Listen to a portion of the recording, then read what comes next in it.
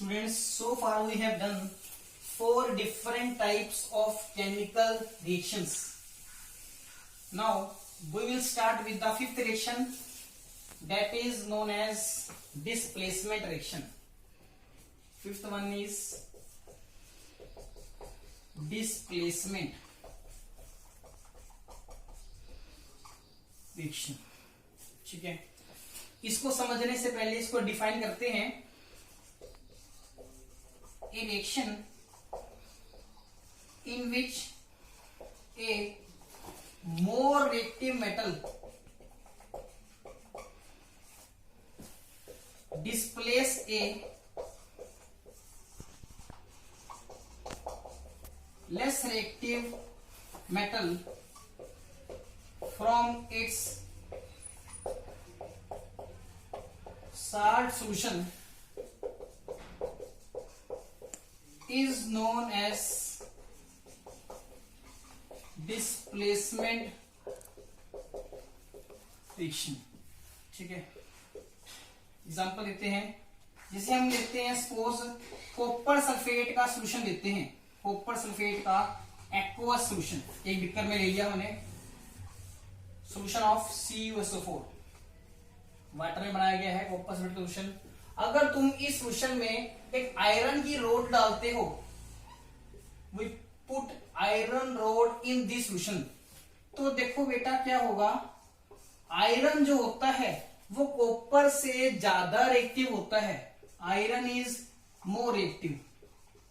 तो आयरन क्या करेगा, इस कॉपर सल्फेट के साल्ट सोल्यूशन में से कॉपर को डिस्प्लेस करेगा, मतलब कॉपर को बाहर निकाल देगा. तो we will get Cu plus FeSO4. Copper बाहर चला गया, क्या बचेगा यहां से SO4. SO4 किस साथ जुड़ जाएगा, Fe के साथ, और क्या बनेगा FeSO4, फेरस सल्फेट बनेगा. अब ड्यूरिंग दिस कंप्लीट रिएक्शन होगा क्या बेटा, ये जो कॉपर सल्फेट है उसमें उसका स्टार्टिंग में कलर क्या था, ब्लू. वो ब्लू कलर का था. ठीक है, जैसे ही आयरन रोड इसमें डालोगे तो after some time you will observe that blue colour starts fading. Blue colour जो है स्लोली क्या होता जा रहा है, फेड होता जा रहा है, क्योंकि आयरन ज्यादा रिएक्टिव था. उसने कॉपर सल्फेट सोल्यूशन में से कॉपर को डिस्प्लेस कर दिया, बाहर कर दिया. ठीक है, and resulting solution will be green in colour. Greenish colour क्यों आता है उसमें, due to the formation of FeSO4, ferrous sulphate बन जाता है. ठीक है, अब इस डिस्प्लेसमेंट रिएक्शन को पढ़ते हैं. A reaction in which a more reactive metal displace a less reactive metal from its salt solution is known as decomposition reaction. एक ऐसी रिएक्शन जिसमें हाईली रिएक्टिव मेटल जो है लेस रिएक्टिव मेटल को उसके साल्ट सोल्यूशन में से displace कर देगा, उसको क्या बोला जाएगा, डिस्प्लेसमेंट रिएक्शन. यहां पर तुम देख रहे हो आयरन क्योंकि ज्यादा रिएक्टिव था, उसने लेस रिएक्टिव कॉपर को उसके साल्ट सोल्यूशन में से क्या कर दिया, डिस्प्लेस, अलग कर दिया. ड्यूरिंग दिस कंप्लीट रिएक्शन क्या होगा बेटा, जो ब्लू कलर का कॉपर सल्फेट है, ठीक है, उसका कलर क्या होता जाएगा, स्लोली फेड होता चला जाएगा, और रिजल्टिंग कलर क्या बनेगा, green, due to the formation of FeSO4. ठीक है, और यहां पर क्योंकि कॉपर भी प्रोड्यूस हो रहा है फाइनल प्रोडक्ट्स में, और कॉपर कलर क्या होता है बेटा, कॉपर का कलर आपको पता है रेडिश ब्राउन होता है. और ये जो रेडिश ब्राउन कॉपर जो है, it will starts deposit on the surface of iron rod. वो आयरन की रोड के ऊपर डिपॉजिट हो जाता है. ठीक है, या कहीं केसेस में देखा गया है जो कॉपर है इट स्टार्ट्स सेटलिंग डाउन, वो नीचे भी सेटल हो जाता है. ठीक है, तो this is an example of displacement reaction. इसमें क्या हुआ है बेटा, मोर रिएक्टिव मेटल ने लेस रिएक्टिव मेटल को उसके साल्ट में से क्या कर दिया, डिस्प्लेस. ठीक है, उसकी जगह ले ली. अगर तुम रिवर्स रिएक्शन करते हो, अगर ऐसी रिएक्शन करते हो, FeSO4 का एक्वा सोल्यूशन लेते हो, उसमें कॉपर की रोड डाल देते हो, कॉपर की रोड डालते हो, तो क्या कॉपर इस FeSO4 में से Fe को डिस्प्लेस कर पाएगा, यहां पर हमने क्या बता रखा है, मोर रिएक्टिव मेटल जो है सिर्फ वही डिस्प्लेस करता है लेस रिएक्टिव को. मोर रिएक्टिव जो है लेस रिएक्टिव को डिस्प्लेस कर सकता है, मगर reverse is not true. Less reactive more reactive को डिस्प्लेस नहीं कर सकता। अब कॉपर क्योंकि लेस रिएक्टिव है आयरन से, वो FeSO4 में से Fe को डिस्प्लेस नहीं कर सकता। इसका मतलब यहां पर कोई रिएक्शन नहीं होगी, because copper is less reactive than iron. यहां पर कोई डिस्प्लेसमेंट रिएक्शन नहीं होगी। जैसे आपको पता भी है, जो स्ट्रॉन्ग पर्सन है वही तो एक वीक पर्सन को हिला सकता है।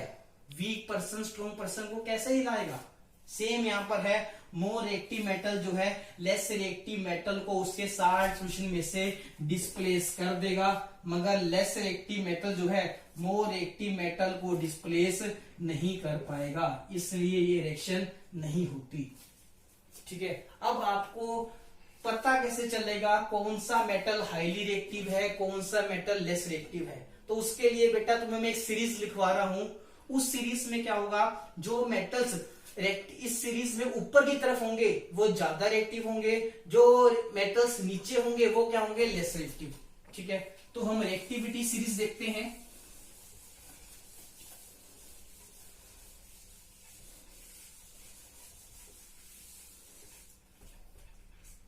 इस रिएक्टिविटी सीरीज से आपको ये पता लगेगा कि which metal is more reactive and which one is less reactive. अब रिएक्टिविटी सीरीज कैसे याद करोगे, उसके लिए तुम्हें मैं एक ट्रिक भी बता देता हूं, वो ट्रिक आपको इजीली लर्न होगी। ट्रिक है, please stop calling me A zebra, I like her calling me simple platinum girl। This is a simple line, ये आपको याद रखनी है।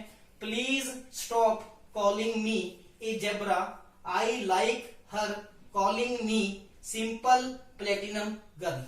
ठीक है, अब इस लाइन का मतलब क्या है, P फॉर पोटाशियम और इसका सिंबल क्या होता है, K।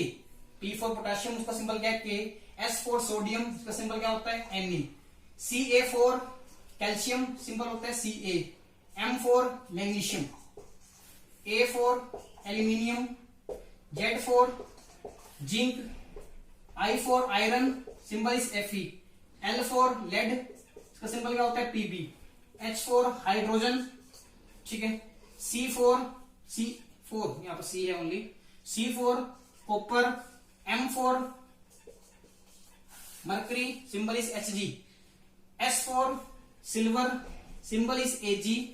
P for platinum and last में क्या है G for gold symbol is Au। तो यहां पर हमने क्या कर रखा है, डिफरेंट मेटल्स को रिएक्टिविटी सीरीज के अकॉर्डिंग लेके लगाया हुआ है। इस केस में सिर्फ हाइड्रोजन ही एक ऐसा एलिमेंट है दैट इज नॉन मेटल, बाकी सभी क्या है, मेटल्स हैं। जैसे जैसे तुम इस सीरीज में ऊपर की तरफ जाओगे, reactivity will goes on increasing. Reactivity क्या करती जाएगी, इंक्रीज करती जाएगी। ठीक है, जैसे पोटाशियम जो है सोडियम से मोर रिएक्टिव है, सोडियम कैल्शियम से मोर रिएक्टिव है, कैल्शियम मैग्नीशियम से मोर रिएक्टिव है। जैसे जैसे ऊपर जाओगे reactivity will goes on increasing. ठीक है, अब तुम्हें कैसे पता चलेगा कौन सा मेटल कौन से मेटल को डिस्प्लेस कर सकता है उसके साथ सॉल्यूशन में से। अब क्योंकि ऊपर वाले मेटल्स ज्यादा रिएक्टिव हैं, वो नीचे वाले मेटल्स को डिस्प्लेस कर सकते हैं उनके साथ सॉल्यूशन में, मगर नीचे वाले मेटल जो हैं ऊपर वाले मेटल्स को उनके साथ सॉल्यूशन में से डिस्प्लेस नहीं कर सकते। जैसे तुम्हें मैं एग्जांपल देता हूं, मैंने रिएक्शन लिखी है मैग्नीशियम प्लस जिंक सल्फेट, तो बताओ ये रिएक्शन होगी क्या नहीं होगी। तुम देखोगे मैग्नीशियम जो है रिएक्टिव सीरीज में यहां पर लाई कर रहा है, जिंक लाई करता है उसके नीचे। इसका मतलब क्या होगा, मैग्नीशियम हाईली रिएक्टिव है और जिंक क्या है, लेस रिएक्टिव है। तो मोर रिएक्टिव मैग्नीशियम क्या करेगा, क्योंकि ये ज्यादा रिएक्टिव है, जिंक सल्फेट में से जिंक को डिस्प्लेस करेगा। You will gate zinc plus MgSO4। ठीक है, इसी तरह अगर मैं तुमसे पूछता हूं कि ये रिएक्शन होगी कॉपर प्लस जिंक सल्फेट। अब तुम कहोगे सर कॉपर तो रिएक्टिविटी सीरीज में नीचे आता है, जिंक आता है ऊपर, इसका मतलब कॉपर क्योंकि लेस रिएक्टिव है वो जिंक सल्फेट को डिस्प्लेस नहीं कर सकता, जिंक सल्फेट में जिंक को डिस्प्लेस नहीं कर सकता, और there will be no reaction here, यहां पर कोई भी रिएक्शन नहीं होगी। क्लियर। डिस्प्लेसमेंट रिएक्शन कौन शो करते हैं? मोर रिएक्टिव मेटल्स, और इसमें होता क्या है? More reactive metal displace less reactive metal from its salt solution. Clear.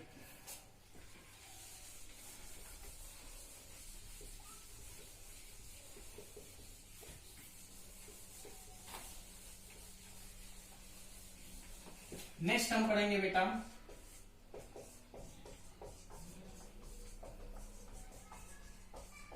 Double displacement reaction. Double displacement reaction, इसमें बेटा क्या होता है? टू सब्सटेंसेस कंबाइन करेंगे with exchange of ions. Substances कैसे कंबाइन करेंगे? वो अपने आयंस को एक्सचेंज करेंगे and we will get two new substances. देखो कैसे? सपोज हमारे पास एक सब्सटेंस है AB, इसमें A के ऊपर चार्ज है पॉजिटिव, B के ऊपर क्या है नेगेटिव, और सेकंड सब्सटेंस कौन सा है CD, इसमें C के ऊपर चार्ज कौन सा है पॉजिटिव, D के ऊपर क्या है नेगेटिव।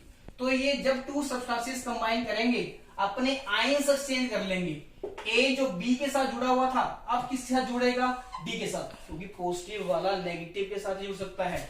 तो हमारे पास से एक न्यू सब्सटेंस बनेगा AD, ठीक है। और बचे कौन से? B और C। अब क्योंकि C पहले D के साथ जुड़ा हुआ था, अब C पॉजिटिव जो है किसके साथ जुड़ेगा? B नेगेटिव के साथ। तो दूसरा न्यू सब्सटेंस क्या बनेगा? CB, ठीक है। मैंने CB लिखा है, BC क्यों लिखा? क्योंकि पॉजिटिव वाला पार्ट बेटा पहले आता है, नेगेटिव वाला पार्ट बाद में आता है। तो इसमें तुम देख रहे हो दो सब्सटेंसेस कंबाइन करते हैं, कैसे? विद एक्सचेंज ऑफ आयंस, अपने आयंस एक्सचेंज करते हैं और दो नए सब्सटेंस बनते हैं। This is known as double displacement reaction, ठीक है। इसको हम कैसे डिफाइन कर सकते हैं? Reaction in which two substances combines with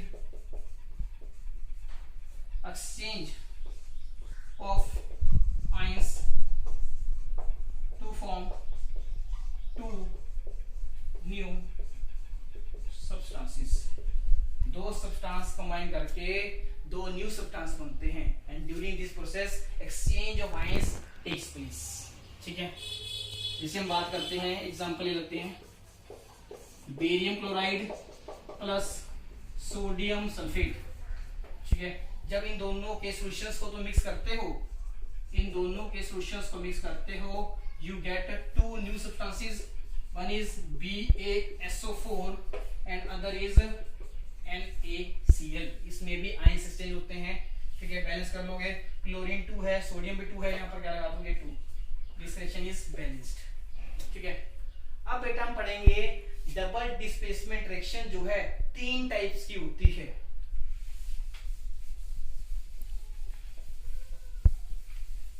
सभी में आयंस की एक्सचेंजमेंट होती है। Types of double displacement reactions. First is known as acid base neutralization reaction, ठीक है। acid base neutralization reaction। second one is gas formation reaction and last one is precipitation reaction। precipitation reaction, ठीक है बेटा। ये मैंने reaction का एक short form में लिखी है R/N, ठीक है। या तुम ऐसे लिख सकते हो RN, ये भी शॉर्ट फॉर्म होती है रिएक्शन की। पेपर में आपको कोई शॉर्ट फॉर्म नहीं लिखनी, आपको पूरा ही लिखना है। अब इसको हम समझते हैं तीनों टाइप्स की डीकंपोजिशन, डबल डीकंपोजिशन रिएक्शंस को। एसिड बेस न्यूट्रलाइजेशन रिएक्शन समझते हैं पहले। इस एसिड बेस न्यूट्रलाइजेशन रिएक्शन को समझते हैं बेटा। इसमें क्या होता है, एक सब्सटेंस होता है एसिड, दूसरा कौन सा होता है बेस। ये जब आपस में कंबाइन करते हैं, आयंस एक्सचेंज करते हैं, और हमारे पास क्या बनता है बेटा, साल्ट और वाटर। क्या बनता है, साल्ट और वाटर। इस रिएक्शन को हम क्या बोलते हैं बेटा, acid base neutralisation reaction. Acid को कौन न्यूट्रलाइज कर रहा है, बेस। जैसे पॉजिटिव को कौन न्यूट्रलाइज करता है, नेगेटिव। सिमिलरली एसिड को कौन न्यूट्रलाइज करता है, बेस। क्या बनता है, साल्ट और वाटर। ठीक है। एसिड वो सब्सटेंस होता है जो H पॉजिटिव आयंस देता है सॉल्यूशन में। जैसे HCl, हाइड्रोक्लोरिक एसिड, ये कौन से आयंस देता है, HCl। जब तुम वाटर में ऐड करोगे you will gate H positive and Cl negative, H positive ions देगा। और बेस वो होता है जो सॉल्यूशन के अंदर कौन से आयंस देता है, OH नेगेटिव आयंस। जैसे NaOH है, NaOH क्या देगा, Na positive, OH negative ions. ये OH आयंस दे रहा है। ठीक है, ये होगा बेस। ये मिलेंगे, आयंस एक्सचेंज करेंगे। देखो कैसे, HCl means H positive Cl negative. HCl का तुम क्या ले रहे हो, एक्वस सॉल्यूशन, और NaOH का भी क्या ले रहे हो, एक्वस सॉल्यूशन। एक्वस सॉल्यूशन में इनके आयंस अलग होंगे, एक होगा H positive Cl negative, Na positive OH negative. अब ये अपने आयंस एक्सचेंज करेंगे, क्या होगा, Na जो है, Na किसके साथ जुड़ेगा अब की बार, Cl के साथ, और H किसके साथ जुड़ेगा बेटा, OH के साथ। यू विल गेट NaCl, ठीक है, प्लस वाटर। क्लियर। इसमें क्या हो रहा है, HCl क्या है, एसिड है, NaOH क्या है, बेस है। ये दोनों आपस में कंबाइन करेंगे, आयंस एक्सचेंज करेंगे, क्या बनेगा, एक साल्ट बन रहा है सोडियम क्लोराइड, और एक बन रहा है water. It is an example of acid base neutralisation reaction. ठीक है, जो किसकी टाइप है, डबल डिस्प्लेसमेंट रिएक्शन की। ठीक है, सेकेंड एग्जांपल हम पढ़ते हैं बेटा इसी का। अब हम एसिड ले रहे हैं H2SO4, सल्फ्यूरिक एसिड, इसका सॉल्यूशन ले रहे हैं वाटर में, और बेस ले रहे हैं सेम NaOH, जिसको तुम बोलते हो सोडियम हाइड्रोक्साइड। इसका हमने एक्वस सॉल्यूशन लिया, दोनों को कंबाइन करोगे, आयंस एक्सचेंज होंगे। ठीक है, ये है SO4, इसके ऊपर चार्ज होता है 2 नेगेटिव। ठीक है, Na के ऊपर चार्ज होता है +1, OH के ऊपर चार्ज होता है बेटा -1, और 2H पॉजिटिव के ऊपर चार्ज कितना होता है, इसके ऊपर चार्ज होता है, एक के ऊपर +1, 2 के ऊपर होता है +2। ये आयंस एक्सचेंज करेंगे, Na के साथ जुड़ेगा SO4 के साथ, क्या बनेगा, Na2SO4, सोडियम सल्फेट। ठीक है, और H जो है, H पॉजिटिव जो है, किसके साथ जुड़ेगा, OH के साथ, क्या बनेगा, H2O, क्या बनेगा, सोडियम सल्फेट प्लस वाटर। यहां पर भी सेम है, acid combines with base to form salt plus water. यहां पर भी आयंस एक्सचेंज हो रहे हैं। It is example of acid base neutralisation reaction, और it is example of double displacement reaction. ठीक है, यहाँ पर बेटा मैं एक बार दोबारा बता देता हूँ रिएक्शन कैसे हुई थी। सल्फ्यूरिक एसिड को जब तुम वाटर में ऐड करोगे, you will gate 2H positive plus SO4 2 negative ions, इसमें से बने हैं। ठीक है, और NaOH में से क्या बनते हैं बेटा, एक बनेगा Na पॉजिटिव और एक बनेगा OH नेगेटिव। ठीक है, अब तुम क्या करोगे, आयंस एक्सचेंज करने हैं, Na के साथ जुड़ेगा, Na जुड़ेगा SO4 के साथ, ये आपस में जुड़ जाएंगे। क्या बन गया, देखो NaOSO4, Na के ऊपर चार्ज है +1, SO4 के ऊपर चार्ज कितना है, -2। क्रिस क्रॉस करोगे, you will gate Na2SO4, sodium sulphate बनेगा। एक प्रोटीन बन गया। दूसरा, अब एक OH नेगेटिव है और एक क्या है, H पॉजिटिव, ये आपस में जुड़ेंगे। देखो कैसे, इसको मैं रब कर देता हूँ, H पॉजिटिव OH नेगेटिव।